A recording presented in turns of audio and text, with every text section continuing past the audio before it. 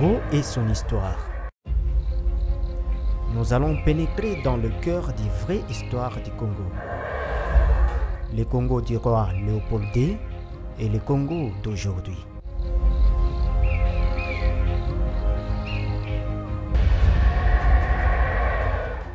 Tout a commencé il y a de cela plus d'un siècle. Les plus anciens habitants du pays, les chasseurs, cueilleurs, pygmées et pygmoïdes, appartenant à divers clans, ont sillonné les vastes étendues des savanes dans les diverses directions entre les deux fleuves, le Lualaba, Tanganyika et le fleuve Congo.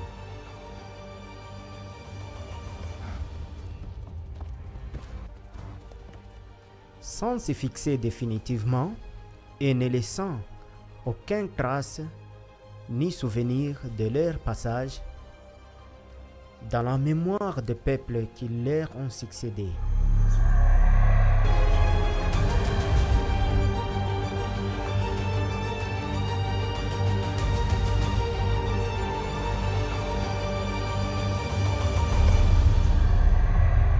Nous allons pénétrer l'histoire de l'esclavagisme et de main coupée.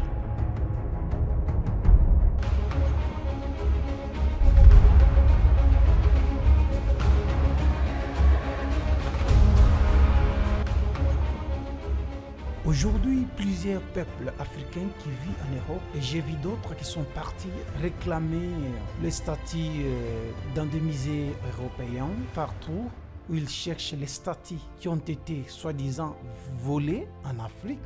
Bien sûr, il y a eu du vol, mais une grande partie, presque 70% des statues qui se trouvent dans des musées européens ont été vendues aux Européens par les Africains eux-mêmes. Prenons donc un exemple, une histoire vraie que quelqu'un a vécu ici en République démocratique du Congo, dans la ville-province du Haut-Katanga.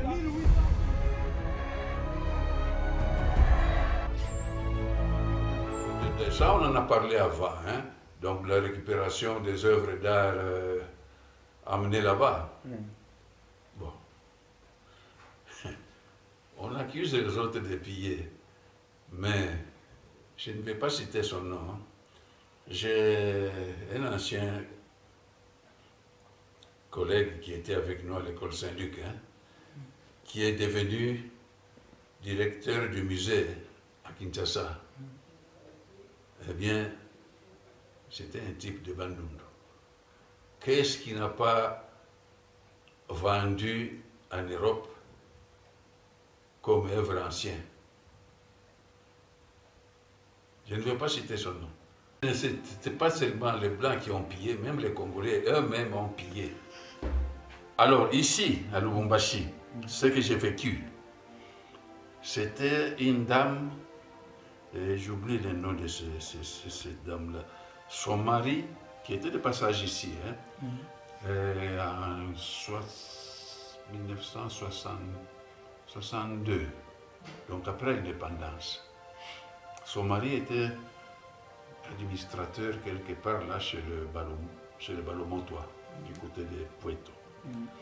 Alors elle est venue ici avec, elle est rentrée en Europe avec une grande collection d'œuvres d'art, entre autres un lit sculpté avec des statuettes et tout, qui appartenait au chef Kionanzini. Alors, à la mort de ce chef, il y a eu des disputes pour la succession. Un des prétendants s'était emparé du lit. Donc il était sûr que c'est celui qui va être nommé ou succéder à son parent. Mais ça n'était pas le cas. Alors il est resté avec ce lit en main et il ne savait pas l'utiliser, il ne pouvait pas l'utiliser, il avait peur. Qu'est-ce qu'il a fait? Il est allé le vendre chez l'administrateur. Est-ce que vous allez dire que ce monsieur a pillé? Non. Voilà. Beaucoup d'histoires s'est passées comme ça. Ça, j'ai cette personne parce que j'ai vécu et j'ai vu. Et j'ai vu ce lit-là. Et à l'époque, j'étais membre, conseiller artistique du musée de Lubumbashi qui était tenu par le docteur Kabu, qui venait d'être pillé d'ailleurs, le musée de Lubumbashi, par les soldats de l'ONU, les soldats suédois.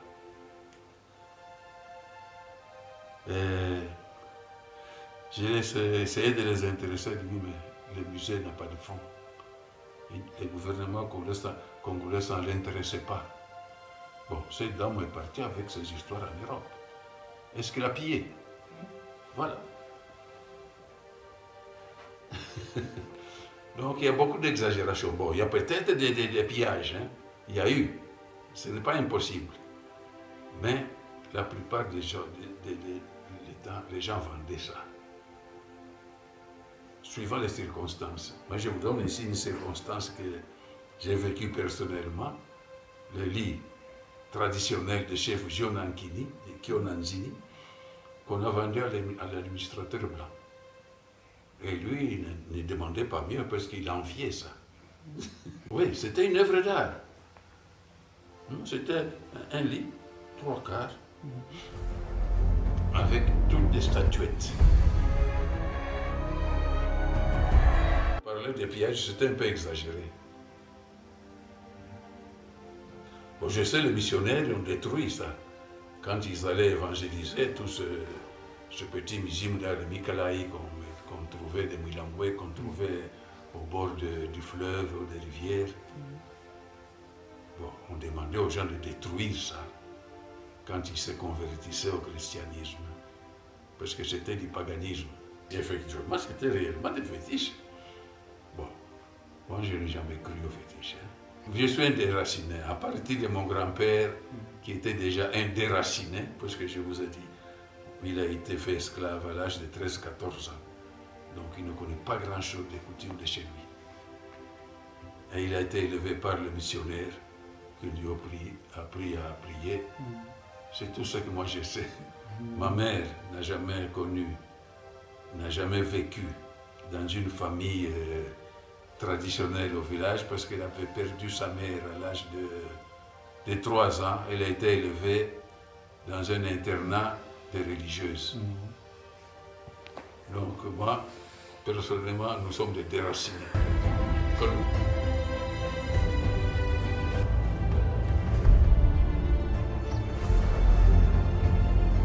De toute l'Afrique, 90 000 pièces, je précise, dont 1428 de la République démocratique du Congo, là où il n'y a plus de routes, là où il n'y a plus des hôpitaux, alors que vous enrichissez.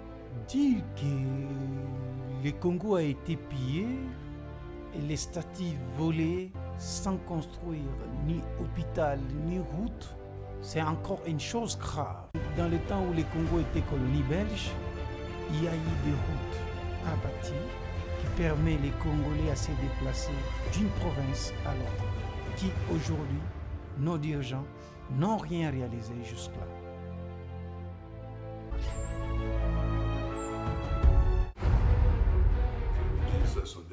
Ce sont des menteurs et des méchants. Ce sont des menteurs et des méchants. Est-ce que vous savez maintenant partir d'ici à Lubumbashi par la route pour arriver à Bukavu aujourd'hui? Elle sait, non pas le parti de Lumumba, comment est-ce qu'on appelait ça? Une délégation qui est partie par la route de Bukavu pour aller à Lunabour. Il a bien écrit là, maintenant on ne sait plus faire ça. À l'époque, on savait le faire. Donc, avant l'indépendance, il y avait des routes. Et il parle même aussi, parce que là, il parle des routes, parce qu'il a travaillé pendant un temps au gouvernorat de l'époque.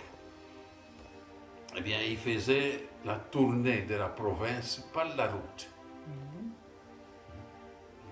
Il faisait alors, il a dit, il comprend, c'est comme ça que les Belges ont dû maintenir l'ordre, parce qu'il y avait des routes.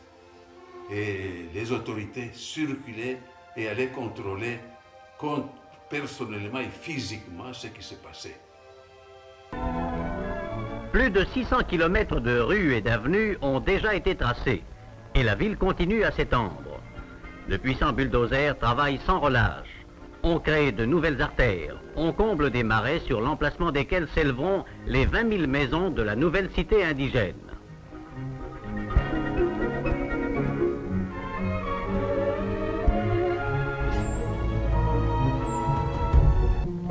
Les huttes ancestrales sont remplacées par des maisonnettes où se révèle un heureux souci architectural.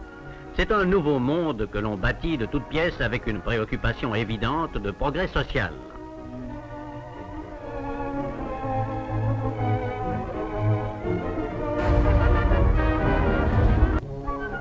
Les transports en commun sont encore rares. Chacun possède un moyen de locomotion approprié à ses besoins et à ses revenus. Une circulation intense règne au carrefour et notamment au boulevard Albert Ier, artère principale de la ville.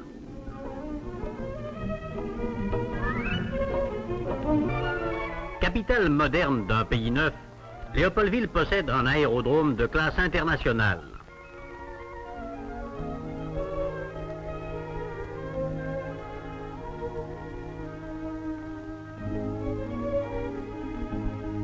La tour de contrôle guide des avions reliant quotidiennement la ville aux principaux centres de l'intérieur et à la mer patrie.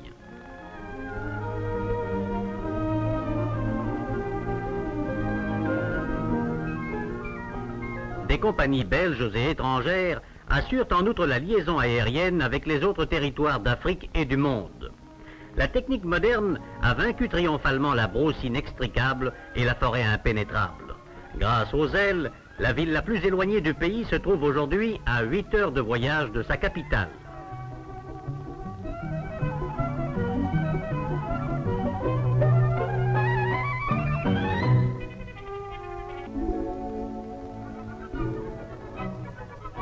Les écoles primaires construisent chaque année de nouveaux locaux pour faire face à la demande toujours croissante d'un peuple qui naît à la civilisation.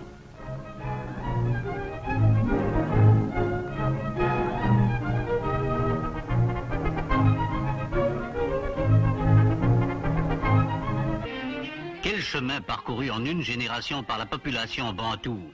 L'effort d'éducation a réussi à éveiller le sens du raisonnement, à susciter la curiosité intellectuelle.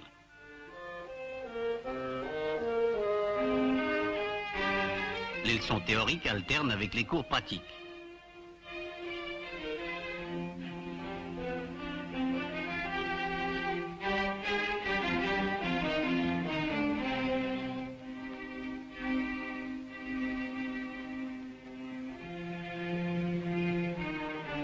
Je crois que maintenant, il y a moins d'hôpitaux que... Aller à l'hôpital Sondre maintenant, est-ce qu'il y a des médicaments? On vous donne l'ordonnance, il y a encore.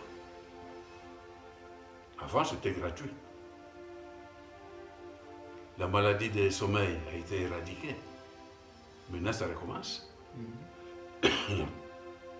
Non, ça, c'est la méchanceté, hein, de parler comme ça. Ce n'est pas parce que je suis le fils d'un colon que je parle comme ça. Non, moi, je parle de ce que je connais. De ce que j'ai vécu. Bon, je sais, il y avait des histoires pas très bonnes pendant la colonisation. L'apartheid existait. Les Noirs ne pouvaient pas circuler dans la commune Elisabeth, à l'époque après 18 heures, à Kinshasa aussi. Dans la commune de Gombe, les Noirs ne pouvaient pas circuler après 18 heures. Ça existait. Et j'ai vécu ça. C'était des choses pas très bonnes. Mais ce n'est pas pour autant qu'on va les accuser qu'il n'y avait pas d'hôpitaux, qu'il n'y avait pas de routes. Non, ils avaient construit plus de routes que maintenant. Maintenant, nos parlementaires, qu'est-ce qu'ils font? Quand on leur ajoute de l'argent, j'ai vu de l'analyse de quelqu'un, voilà, ce qu'ils ont réclamé comme augmentation de leurs émoluments, on peut construire autant d'écoles, autant d'hôpitaux. On a parlé ça au courant de cette semaine. Voilà comment est-ce que nos dirigeants travaillent.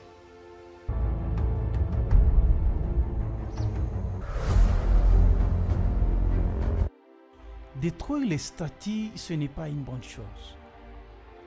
Nous avons vu par-ci, par-là, les gens en train de détruire les statues en les jetant dans l'eau. Et les peintres en rouge, tout ça, je trouve que certaines personnes, leurs idées, je ne sais pas où ils veulent enterrer l'histoire en général. Nous tous, nous avons une histoire. Les peuples africains, nous avons notre histoire. Les peuples européens, ils ont aussi leur histoire. Que ce soit aussi les peuples américains ou britanniques, quoi que vous êtes, chaque personne a une histoire. Si aujourd'hui vous voulez détruire tout, si aujourd'hui vous voulez détruire tous les statuts, cela fait partie de l'histoire de la Belgique, assure ce membre du Vlaams Belang. Nous sommes anti-royalistes, anti-monarchistes, mais nous ne faisons pas partie des gens qui veulent déboulonner des statues, changer les noms de rues et effacer l'histoire ou l'héritage culturel. En juin 2018, dans un geste d'apaisement, la ville de Bruxelles a autorisé une place à porter le nom du héros de l'indépendance congolaise, Patrice Lumumba. Et l'ancien musée colonial a été rénové et rebaptisé pour tenter de faire oublier son passé empreint de racisme. Le statut de Léopoldé, pour nous, ça nous reflète une histoire. Ça devient une mémoire, une référence à nos enfants. Donc, l'histoire, que ça soit mauvaise ou bonne, ça reste une... Oui, concernant Léopoldé, comme nous l'avions entendu tous, selon mon point de vue, moi, je crois que ce n'est pas une bonne chose de détruire toutes les statues. Cela nous rappelle l'histoire parce que nous, les jeunes d'aujourd'hui, nous grandissons sans avoir demandé l'histoire de notre pays, d'où nous venons et d'où nous allons. Comme il y a un adage qui se dit toujours qu'un peuple sans histoire n'a pas de référence. Alors, concernant le statut, que ce soit en Belgique qu'ici au Congo, ce n'est pas du tout une bonne chose. Nous devons nous référer sur ça et puis l'histoire nous raconte beaucoup à travers ce qu'on a appris à l'école. Et sinon, on peut encore ajouter, aller lire les ouvrages dans les musées, chercher des bibliothèques pour en savoir plus sur ça. Et l'histoire reste l'histoire. Donc, détruire le statut, je ne trouve pas que ça peut changer quelque chose. Ou ça doit changer aujourd'hui l'histoire, vous voulez réécrire encore l'histoire. Je trouve que ce n'est pas du tout une bonne idée de faire ces gestes. Donc, l'histoire reste l'histoire. Justement, c'est dommage ce qui se passe là. Parce que ça, moi, je n'apprécie pas ça. Je désapprouve, sincèrement. Parce qu'à 58, quand on est allé passer les vacances, c'était la première fois qu'on est allé en Belgique pour visiter l'exposition universelle de 58. Eh bien, on est allé passer 10 jours chez un cousin qui était chanoine, donc un prêtre, à Bruges. Alors, on nous a fait visiter la ville de Bruges. Eh bien, on nous a montré des bâtiments qui ont été construits par les Espagnols pendant l'occupation espagnole. Ils n'ont pas rasé ça. Ils ont gardé et ils sont fiers de présenter, voilà, à telle date, à telle époque, nous y étions sous la domination des Espagnols, voilà les vestiges de ce qui reste de l'occupation espagnole dans notre pays. Et ils étaient fiers de nous montrer ça. Alors ici chez nous, je dirais même il y a un peu de complexe d'infériorité qui joue là-dedans. Je suis peut-être un peu sévère de dire ça, mais c'est comme ça.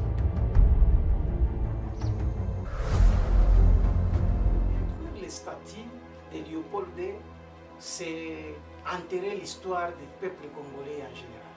Donc on ne peut pas faire cette histoire. C'est lui qui est derrière tout ça, il doit cesser cette histoire-là. Nous, nos enfants qui viendront aussi, ils doivent apprendre l'histoire, comment le Congo est devenu ce qu'il est aujourd'hui. Il y a une histoire. Un pays sans histoire n'existe pas au monde. Même la Belgique a son propre histoire. Même l'Amérique a son propre histoire.